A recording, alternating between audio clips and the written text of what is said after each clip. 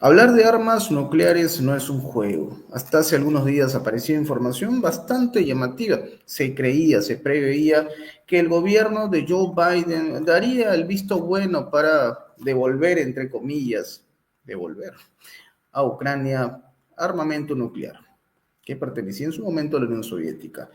Esta información que se deslizó en medios como The Washington Post, The New York Times, entre otros, que hablaba de una supuesta discusión entre funcionarios estadounidenses y europeos, trajo una respuesta, nada menos que Dmitry Medvedev, sí, el ex mandatario ruso, vicepresidente del Consejo de Seguridad, quien dijo de manera muy directa, señores, entreguen armas nucleares a Ucrania, sí, pero tengan en cuenta un detalle.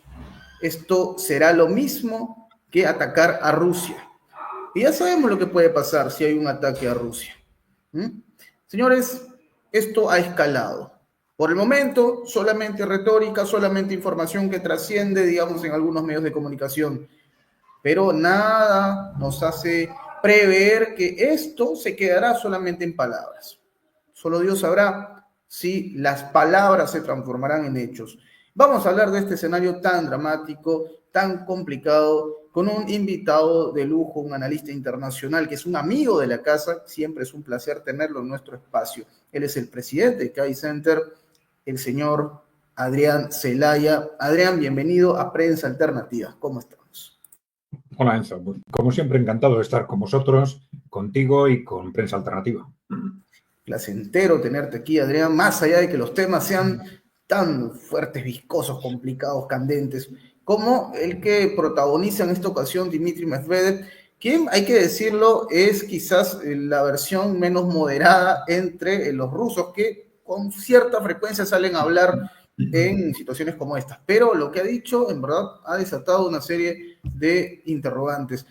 Para muchos no es descabellado. A ver, ¿qué pasó? Hace algunos días veíamos en algunos medios de comunicación como The New York Times que ya se estaba discutiendo, funcionarios estadounidenses, europeos, por cierto, sobre una posibilidad bastante fuerte de facilitarle a Ucrania armas nucleares que en su momento se arrebataron a la Unión Soviética después de su caída.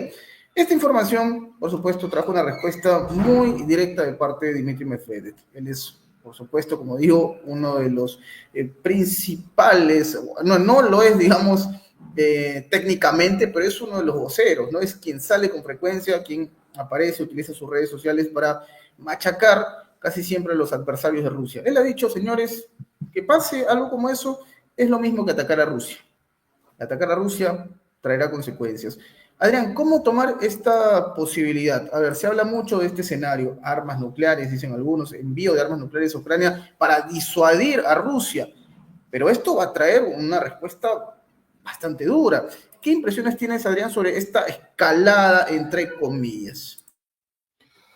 Bueno, vamos a ver, estamos en un momento terrible, el que quizás clave en la historia de la humanidad, ¿no?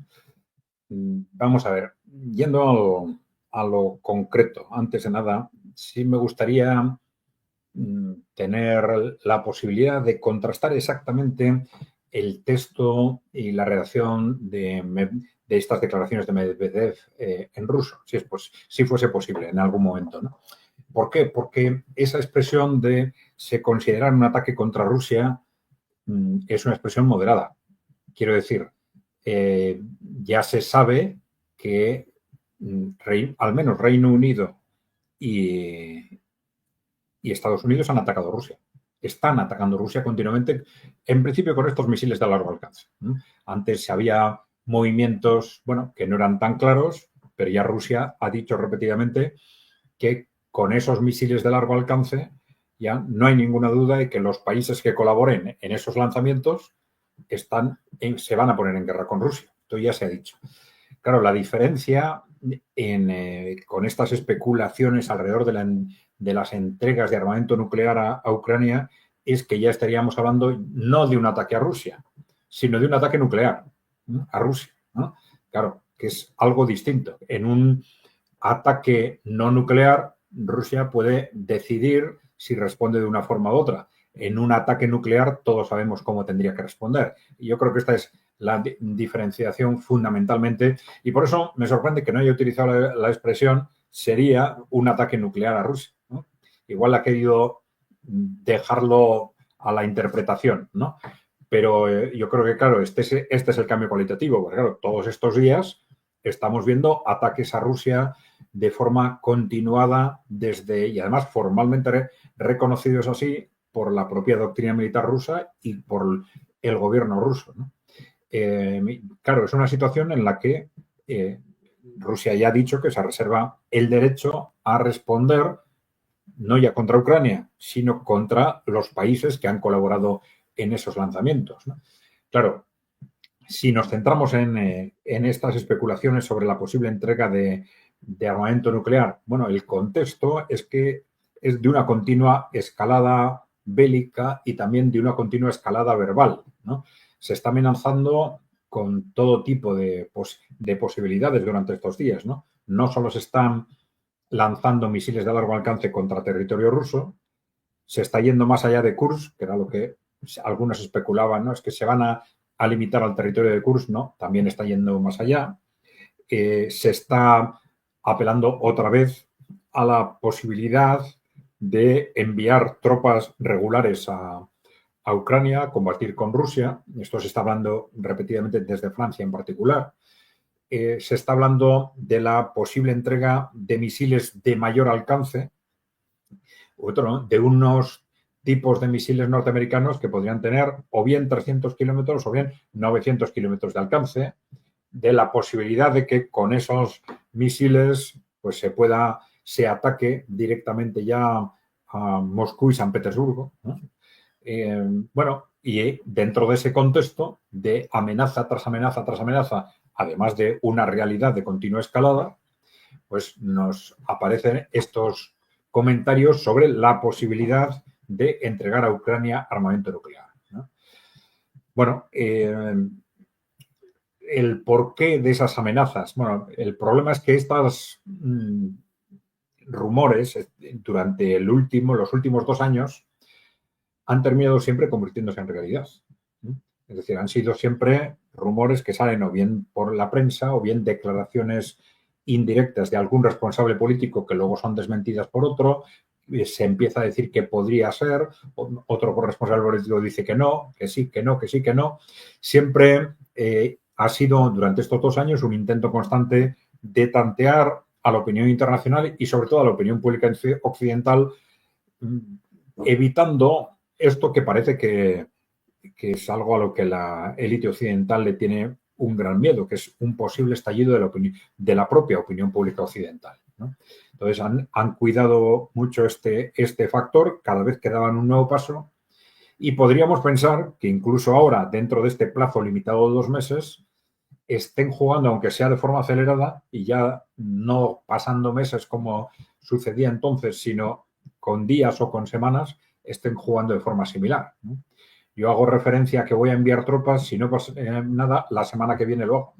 Hago referencia a que voy a enviar misiles de alcance más largo que el actual, y si no hay reacciones fuertes, lo hago, ¿no?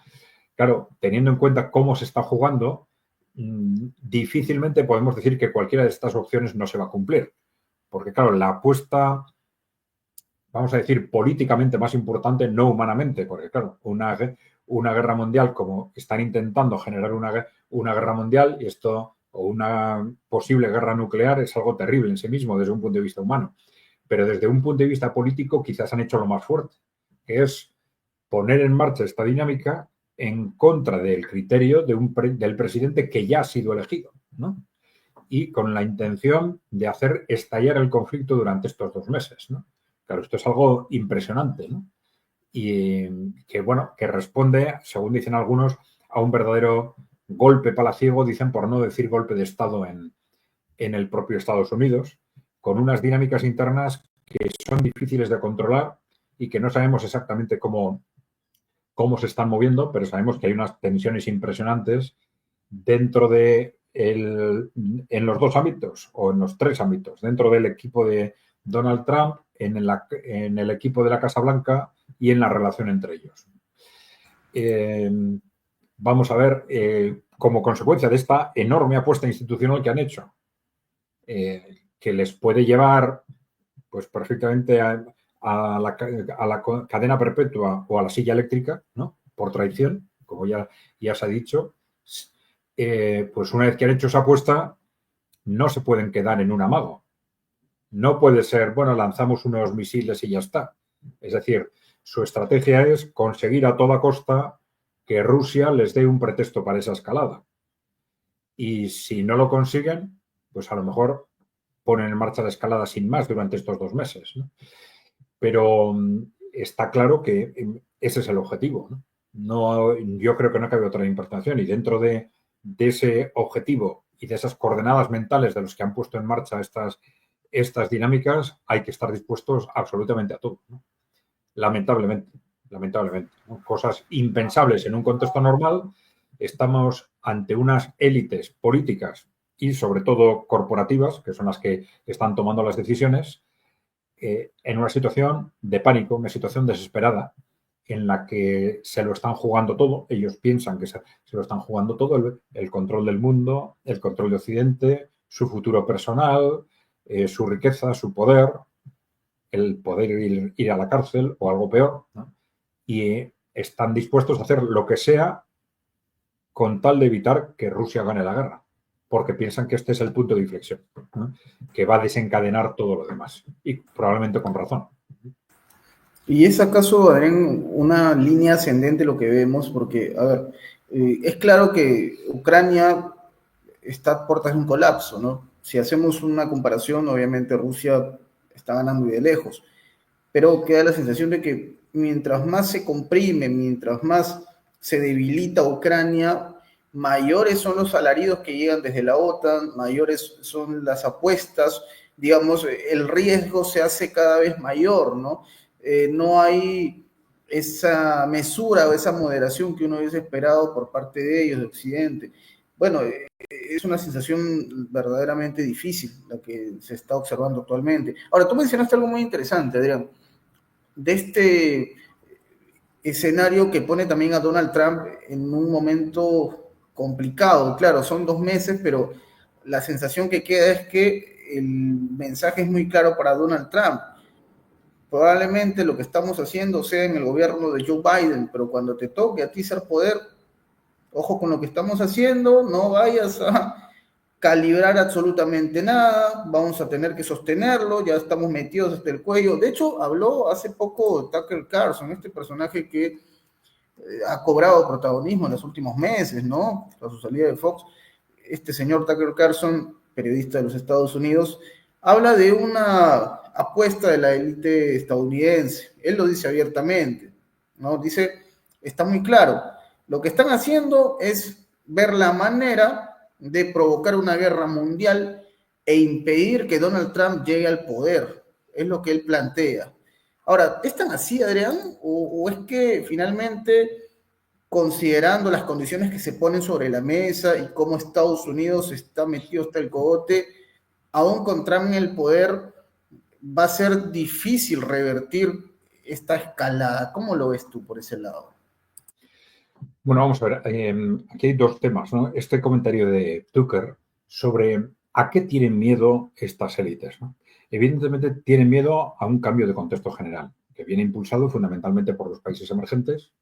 Aquí, ya hemos dicho, un punto de inflexión sería que Rusia gana la guerra. Si Rusia gana la guerra, es inevitable negociar un nuevo contexto de seguridad estratégica en Europa, que era lo que Rusia venía planteando ya desde antes del estallido, como una forma de evitarlo incluso, ¿no?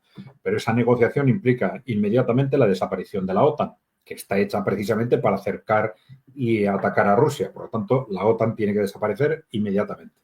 Pero claro, esto va a multiplicar la influencia política e ideológica de Rusia y de los países emergentes en Europa, que ya es muy grande, y va a inmediatamente a erosionar. La velocidad puede tener mucha relación con la posición que adopte el trumpismo, ¿eh? Pero bueno, de una forma u otra esa erosión se va a producir y esas élites es normal que se sientan amenazadas, ¿eh? Es normal que se sientan amenazadas. Pero el tema es hasta qué punto se sienten amenazadas también directamente por el trumpismo, no solo por su posicionamiento en política internacional, en el sentido de que sea excesivamente débil frente a ese avance del mundo emergente, sino porque efectivamente vaya a responder finalmente a esas estrategias anticorrupción de las que el trumpismo ha presumido desde el principio, ¿no? Ese drenar el pantano. Claro, ellos, las élites ya saben que ellos son el pantano, ¿no? Es decir, si realmente les drena el pantano, acaba con ellos, ¿no? El tema es que en su primer mandato no lo hizo.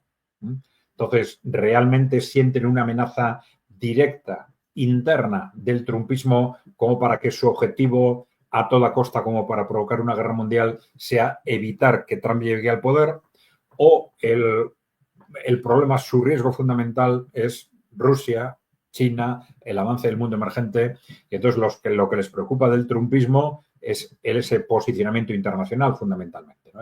Ese acuerdo con Rusia y con China. Pueden ser las dos cosas, pueden ser las dos cosas, pero yo creo que habría que situar ahí el debate, ¿no? Claro, cuando has hecho referencia al principio, este es un tema interesante también, ¿no?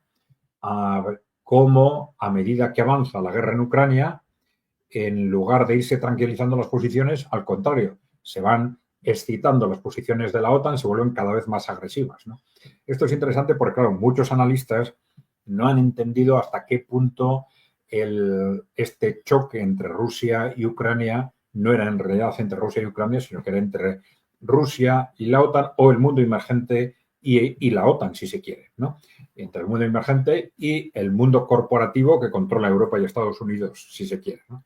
Claro, ¿esto qué quiere decir? Esto es lo que explica que esa derrota en Ucrania sea absolutamente inaceptable para ellos, ¿no?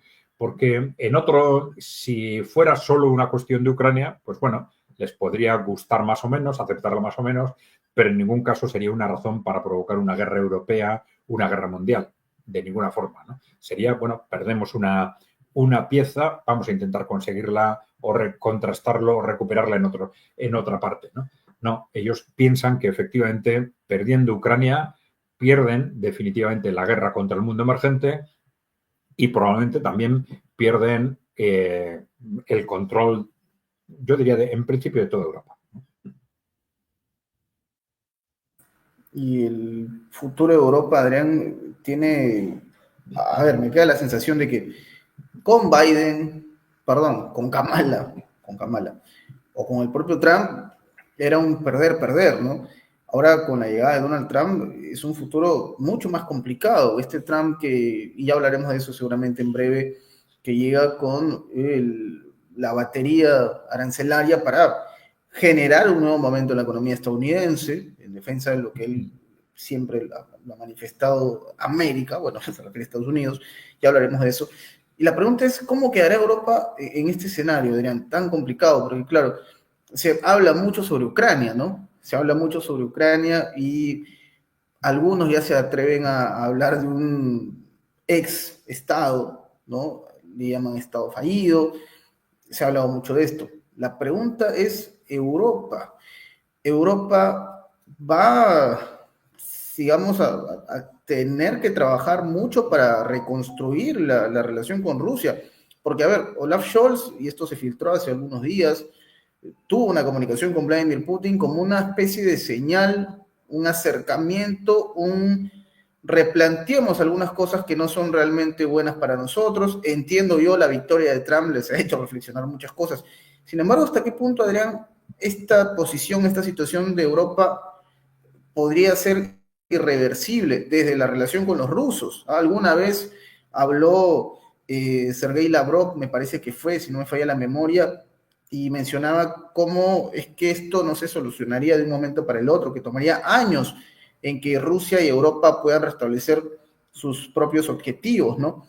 Pero en este escenario, Adrián, una vez que, no sé si decir se calme, pero una vez que se pueda decir, bueno, la situación de Ucrania es esta, difícilmente podrá sostenerse en una confrontación contra Rusia y tocará hablar de negociación seguramente en su momento, pero ¿qué le va a tocar a Europa después de esto, Adrián?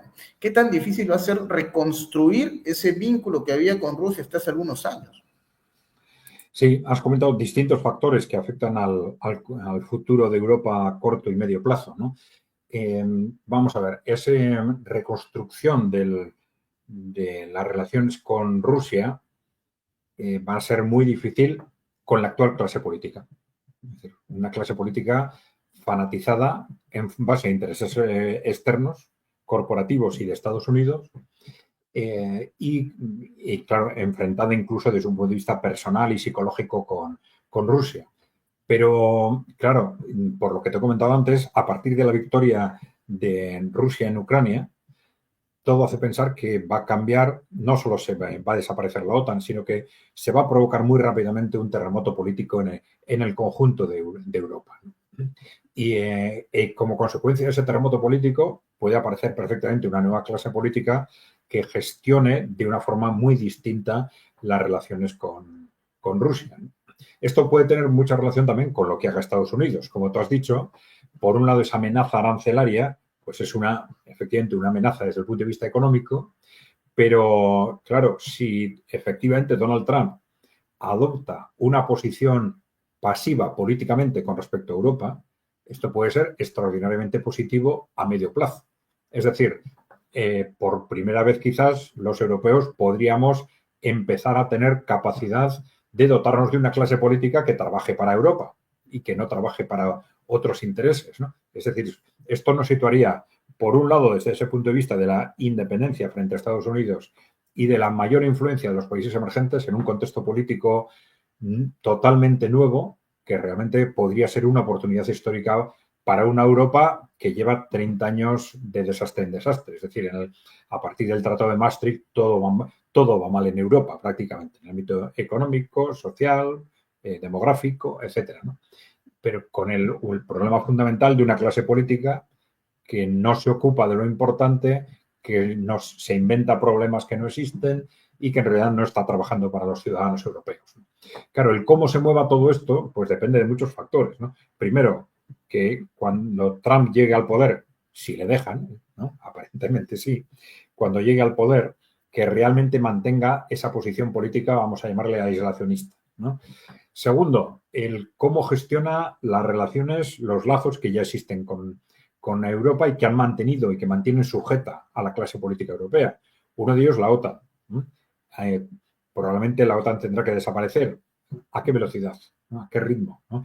¿Qué pasa con los mandos de los ejércitos europeos que tenían esa dependencia con respecto a la OTAN? ¿No? Otra muy importante, la CIA. La CIA. Donald Trump no llegó a controló algunos de los servicios de inteligencia de Estados Unidos, no llegó a controlar ni la CIA ni el FBI. Y claro, el FBI ya es que actúa fundamentalmente internamente, la CIA fundamentalmente en el exterior, pero la CIA es un instrumento fundamental para que el control de Europa por parte de Estados Unidos, también de Latinoamérica, por ejemplo, ¿no? Pero bueno, como estamos hablando de Europa, un cambio en la posición de Estados Unidos, no solo ya en el ámbito diplomático con respecto a Europa, en cómo se gestionan los servicios de inteligencia y en qué pasa con la CIA, pues iba a ser un auténtico en sí mismo ya un terremoto político en Europa. Claro, Donald Trump ha puesto a Tulsi Gabbard a la cabeza de los servicios de inteligencia, pero hay muchos que están diciendo, bueno, sí, pero que controlar los servicios de inteligencia de Estados Unidos es una misión imposible. Es una misión imposible, dicen, porque claro, la CIA son 100.000 personas, dicen, habría que meter a 10.000 funcionarios de la CIA en la cárcel, ¿no? Y claro, pues nos podemos imaginar lo que sería esto, ¿no? Pero bueno, suponiendo que de alguna forma consiguen cortar ese cordón umbilical de los servicios de inteligencia con la clase política europea y los medios de comunicación europeos, otra posibilidad sería que controlándolos directamente empiezan a gestionar esa relación de otra forma, que sería otra hipótesis. Pero si esa relación se corta o se gestiona de otra forma, eso ya en sí mismo va a suponer, como digo, un verdadero terremoto político en Europa. Entonces, tenemos un terremoto que va a venir en dos direcciones. Y con lo cual, no es extraño que la clase política europea esté ya no solo como consecuencia de los intereses corporativos que están detrás y que está en una situación de pánico desde hace tiempo, ¿no? Sino porque la propia clase política europea está previendo un contexto en el que su futuro va a ser muy oscuro, muy oscuro. ¿Tiembla la OTAN y tiembla también la Unión Europea, Adrián? Sí, sí, sin duda. Vamos a ver, la OTAN ya lo hemos dicho de forma directa. Directa porque el final de la guerra en Ucrania, la victoria de Rusia en Ucrania, implica necesariamente la negociación de ese contexto, de ese nuevo marco de seguridad estratégica en Europa, que era el marco que hubiera podido hacer innecesaria la guerra en Ucrania, ¿no? La negativa de Occidente a negociar ese marco de seguridad fue lo que obligó a Rusia a iniciar ese conflicto, ¿no? Bien, entonces eso va a venir necesariamente con el fin de la guerra en Ucrania. Entonces, ya he dicho, como he dicho, eso es incompatible con la existencia de una OTAN cuya objetivo es cercar y atacar a Rusia, ¿no? Salvo que se mantenga el nombre y se cambien sus objetivos, ¿no? Pero en principio estaríamos hablando de cualquier forma de la desaparición de la OTAN. Bien, ahora, a partir de ahí, estamos hablando de un incremento sustancial de la influencia ideológica y política de los países emergentes y de Rusia. Pero esa influencia ya es muy grande, ¿eh? Ya es muy grande. Desde hace años, no todos, pero casi todos los movimientos alternativos que surgen en Europa son calificados como prorrusos, o bien en el ámbito conservador, o bien, más reciente cada vez más, también en el ámbito de lo que era la izquierda, ¿no? Entonces, esto es muy significativo, ¿no? Esto quiere decir que los que quieren hacer algo distinto están ya mirando a los países emergentes. Es decir, ellos están haciendo algo distinto. Igual nosotros podríamos hacerlo también, ¿no? Con distintas perspectivas, evidentemente, en el ámbito conservador, en la izquierda, pero esa influencia ya es altísima. Nosotros solemos hablar de que a partir de los 90 la clase política europea se constituyó en la práctica como un partido único. Es decir, que desaparecieron lo que durante la Guerra Fría eran la izquierda, la derecha y el centro, que se siguen llamando izquierda, derecha o centro, pero al final se convierten en meros matices porque en todo lo estratégico todos esos grupos obedecen a los intereses corporativos, ¿no? Tanto en el ámbito sociocultural como en el ámbito económico como en el ámbito geopolítico. Pero claro, ese partido único, en parte como consecuencia de la influencia geopolítica, en parte por el desgaste del modelo económico y en parte por Internet, ¿no? Se ha ido generando una disidencia, vamos a decir, fundamentalmente por el ámbito conservador, ya digo, pero cada vez más también por el ámbito de la izquierda, una disidencia que en muchos grandes países europeos es muy importante. Estamos hablando del 20, del 30, del 40% de la población, ¿no? Además de algunos países cuyo gobierno ya está posicionado de esa forma, ¿no? Como Eslovaquia o Hungría, ¿no? Eslovaquia con una base ideológica socialdemócrata, Hungría con una base ideológica democristiana, ¿no? Pero, ¿esto qué quiere decir? Pues que si estamos hablando de un peso de un 20, un 30, 40% de esas opciones que son con una u otra base ideológica, que son prorrusas, pro países emergentes, la victoria de Rusia en Ucrania va a disparar esto. Va a disparar. Y luego, si a eso, ¿esto qué quiere decir? Pues que nos podremos encontrar con ese incremento de la influencia rusa, países emergentes, y además con esa nueva orientación de Estados Unidos que iba a acelerar el proceso, ¿no? Dependiendo mucho de factores como el de la CIA. La CIA controla pues una buena parte de los partidos políticos europeos, controla casi todos los medios de comunicación importantes, ¿no? Y claro, esto puede ser una auténtica revolución. Pero claro, de una u otra forma, pues puede suceder perfectamente que, por ejemplo, en las siguientes presidenciales en Francia no funcione, simplemente deje de funcionar ese bloque anti-Le Pen y que sea Le Pen, ¿no? El siguiente o la siguiente presidenta de Francia. Pueden pasar muchas cosas, ¿no? Que las fuerzas prorrusas o anti-OTAN se disparen en Alemania, por ejemplo, y que cambie el gobierno también. Claro, ahí va a haber fuerzas que van a incidir de alternativas, pero que van a incidir en distintas direcciones, pero que pueden causar muy bien un terremoto en unos pocos años. Hay que tener en cuenta que todas esas fuerzas prorrusas, digamos, a las que se les acusa de prorrusas, a la vez son anti-OTAN y o son expresamente anti-Unión Europea o claramente partidarias de cuestionar la actual Unión Europea. Es decir, que de una u otra forma el terremoto para la Unión Europea iba a ser inevitable. Habrá caídos entonces, habrá caídos, y esto me hace reflexionar sobre cómo es que estos líderes, entre comillas, veían de lejos algún tipo de consecuencia, ¿no? Claro, dirían hasta el último ucraniano desde Estados Unidos y en Europa lo apoyaban, lo respaldaban, pero da la sensación de que a la larga esto también les terminará salpicando, ¿no? Perdiendo lo que más les importa finalmente, esa posición, ese estatus, pero la verdad es que da la sensación también de que ya han logrado banquetearse en estos años, pero son cosas que ya están.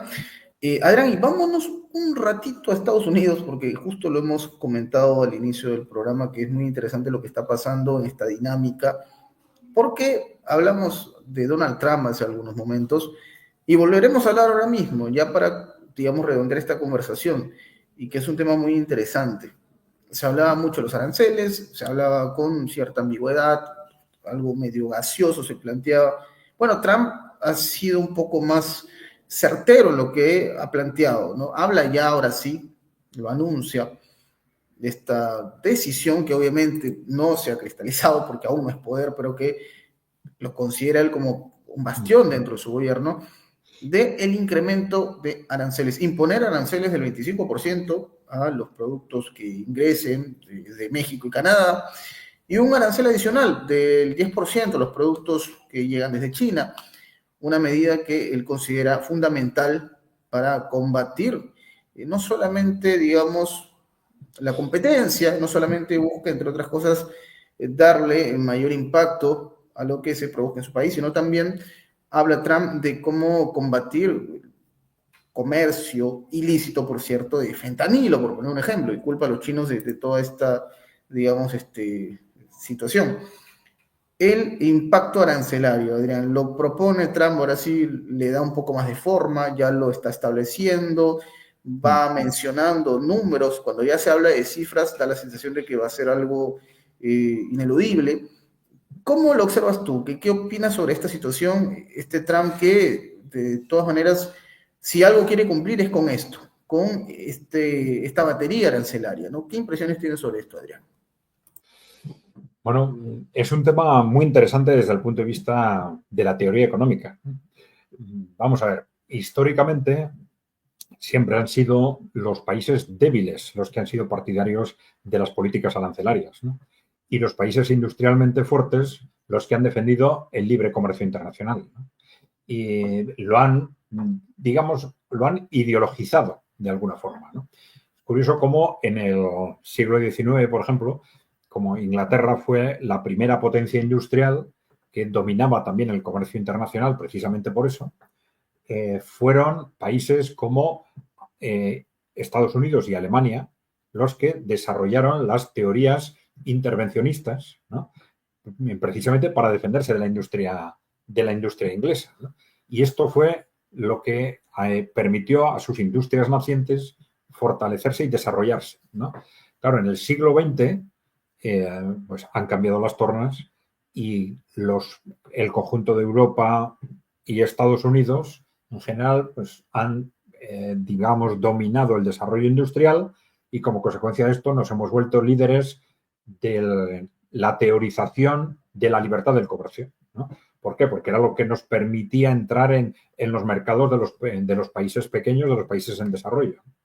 Bueno, el que a esto se les dé la vuelta en los últimos años, en Estados Unidos y en Europa, es muy significativo, ¿no? De cómo estamos cogiendo todas nuestras teorías económicas y metiéndolas en el cajón de un día para otro, ¿no? Es decir, esto que eran verdades absolutas, de pronto dejan de serlo porque ya no está claro que ya no nos convienen. Y esto refleja también nuestra debilidad estructural, es decir, nuestra industria empieza a ser cada vez más débil frente a las potencias emergentes y entonces ahora vamos a recurrir a lo que decíamos que jamás había que recurrir porque era algo malísimo para todos, ¿no? Bien, ¿esto qué quiere decir? Que, digamos, la corrección teórica no está ni en un extremo ni en el otro, ¿no? Y que puede tener una lógica, en el caso, una lógica conceptual, ¿no? En el caso de Estados Unidos, que un país que se ha desindustrializado gravemente durante las últimas décadas, en un proceso que ha sido muy beneficioso para las multinacionales norteamericanas, pero no tanto para el pueblo norteamericano, ¿no? Entonces, que se intente reindustrializar el país, ¿no? Volver a potenciar su industria. Eso tiene una lógica, ¿no? Ahora, otra cosa es el cómo se hace esto. Bueno, también es cierto que los aranceles pueden ser un instrumento válido a veces para conseguir esa reindustrialización si en un determinado sector o en varios sectores tu industria está excesivamente ahogada por la competencia externa durante un tiempo. Bien, el otro factor, antes de continuar con esto, otro factor importante que se suele criticar mucho de las políticas arancelarias, pero yo creo que es un error, ¿no? Y lo comentaba antes con tu compañero, ¿no? Es esa constante crítica al efecto inflacionario de los aranceles, ¿no? Sí, claro, si a los productos que nos vienen de China les cargamos un 10% de arancel, van a ser más caros, luego esto va a tender a generar incrementos de coste, ¿no? En el país, inflación, etcétera. Bueno, esto no es exactamente así, porque, claro, la inflación, ese efecto inflacionario, lo genera un incremento de impuestos que recauda el país en el que entran los productos, en este caso Estados Unidos, con lo cual, si eso se gestiona correctamente, el gobierno puede compensar ese efecto inflacionario reduciendo cargas impositivas en otros ámbitos. Me explico, ¿no? Entonces, eso se puede compensar si se gestiona bien, ¿no? Ahora, el tema es, los aranceles en sí mismos, desde el punto de vista de protección industrial, tienen sentido si mi industria tiene capacidad de rentabilizar en un plazo esa ventaja en un plazo razonable, ¿no? Es decir, yo puedo poner en un sector determinado que tengo un sector competitivo, pero que hace buenos productos, pero que por unas razones X de coste o de lo que sea, está amenazado por productos chinos temporalmente.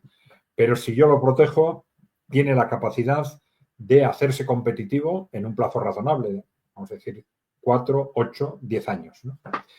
Bueno, entonces pueden tener sentido los aranceles, ¿no? Pueden tener sentido los aranceles siempre previendo los posibles perjuicios también de las represalias, evidentemente, ¿no? Pero bueno, puede tener sentido en sectores concretos, ¿no? Es mucho más dudoso que tenga lógica el establecimiento de aranceles generales para todos los productos chinos, ¿no? Si yo no tengo en esos sectores una industria competitiva que pueda sustituir los productos chinos con productos que si ahora no lo son pueden ser igual de eficientes en unos años, pues estoy haciendo una mala gestión, evidentemente, de mi propia economía también, ¿no? Entonces, conceptualmente es comprensible esta utilización de los aranceles, pero siempre de forma discriminada para determinados sectores. Y luego el cómo se gestiona esto es muy importante, claro, porque en vez de hacerlo, digamos, con un lenguaje bélico, que casi estoy provocando las respuestas, ¿no? Provocando las represalias de otros países, puedo hacerlo de forma progresiva, más o menos consensuada, haciendo que el otro país entienda cómo necesito proteger determinados sectores. Claro, si en lugar de esto lo hago al estilo trumpista, que es tan emocional, tan agresivo, tan provocador, pues tiene muchas posibilidades de generar más problemas que soluciones, ¿no? Entonces, vamos a ver hasta qué punto tendrá un efecto boomerang, ¿no? Que es algo habitual, es una apuesta, insisto, es una apuesta. Veremos, finalmente Trump cumple con su cometido, ¿no? Acá somos muy respetuosos de que a la larga un mandatario vela por los intereses de su país, siempre y cuando claramente esto no sobrepase algunos acuerdos, ¿no? Porque algunos ponen una serie de interrogantes y le dicen a Trump, oiga, señor, ¿y ¿Qué pasó con el TEMEC? Ahí hay cuestiones que seguramente se irán abordando en el transcurso de los meses. Adrián, hemos, como siempre, disfrutado de esta conversación contigo. Lo interesante es que los temas tan complicados y complejos, densos, terminan enseñándole mucho a nuestra audiencia, gracias a tus apreciaciones, a estos análisis que haces a través de este espacio de prensa alternativa. Por supuesto, te invito, Adrián, a que nos dejes una reflexión, un mensaje para redondear esta charla tan interesante. Bueno, una reflexión, continuando con el último tema que hemos comentado y que puede afectar a Estados Unidos, pero quizás más a Europa, es la necesidad de una reflexión interna sobre nuestra propia capacidad económica, ¿no? Es decir, a efectos de que proyectar cara al futuro nuestra industria, nuestra actividad económica, la competencia exterior, y esto es lo que se relaciona con los aranceles, la competencia exterior es un factor importante, pero no el único. Es decir, si Europa y Estados Unidos también, pero Europa sobre todo, está muy afectada por factores internos a los que tiene que hacer frente si quiere que su economía sea realmente competitiva, ¿no? Y vemos como el propio informe Draghi del mes de septiembre reconocía expresamente problemas estructurales de las últimas décadas que tienen mucha relación con cómo hemos gestionado nosotros Europa, no con la competencia china. Es decir, el que China haga mejores productos y más baratos tiene mucha relación con que nosotros nos hemos estancado en la inversión productiva, llevamos muchos años con la inversión estancada, con la apuesta tecnológica también estancada, y esto obedece a factores internos de nuestra organización política, de nuestra estructura económica, de nuestra incapacidad de gestionar adecuadamente lo público y lo privado, de haber hecho desaparecer el sector público empresarial. Es decir, hay una serie de cuestiones internas que deberíamos ponerlas cuanto antes sobre la mesa y no estar permanentemente pensando en nuestra industria tiene problemas, vamos a poner aranceles para protegerla. Porque si solo hacemos eso, pues no vamos a solucionar nada. Y eso es aplicable para Europa y también para Estados Unidos. Ok, muy, muy interesante esa reflexión, Adrián. Ya lo sabe nuestro querido público, tomar conciencia sobre las cosas que planteamos en estos espacios. Adrián, cuéntanos, la gente estará interesadísima seguramente saber dónde te puede encontrar, seguramente en esta o en otras plataformas. Cuéntanos un poco sobre esto, por favor. Sí, la forma más directa, tenemos también un boletín, pero la forma más directa es que, supongo que os gusta ver vídeos, es que nos localicéis en nuestro canal de YouTube. La forma más fácil de localizarlo es buscando ECAI Center, ECAI con K, Center con C, y ahí tenemos, bueno, ahí dejamos nuestros vídeos y respondemos a preguntas y respuestas que nos podéis hacer en los comentarios de cualquier vídeo, y en la medida en que podemos, lo respondemos a través de vídeos que hacemos expresamente para ello, ¿no? Qué interesante, ya lo saben entonces, querido público, en la descripción de este video vamos a colocar el enlace para que usted pueda sumarse también a ECAI Center, suscríbase, comente, comparte el material, y también en Prensa Alternativa, si aún no se ha suscrito, hágalo, que es totalmente gratis. Bueno, Adrián, te agradezco nuevamente por tu presencia en este espacio. Mi nombre es Enzo Anchante, nos despedimos, un abrazo para todo nuestro público, para ti también, Adrián, nos estamos reencontrando muy pronto. Hasta la próxima.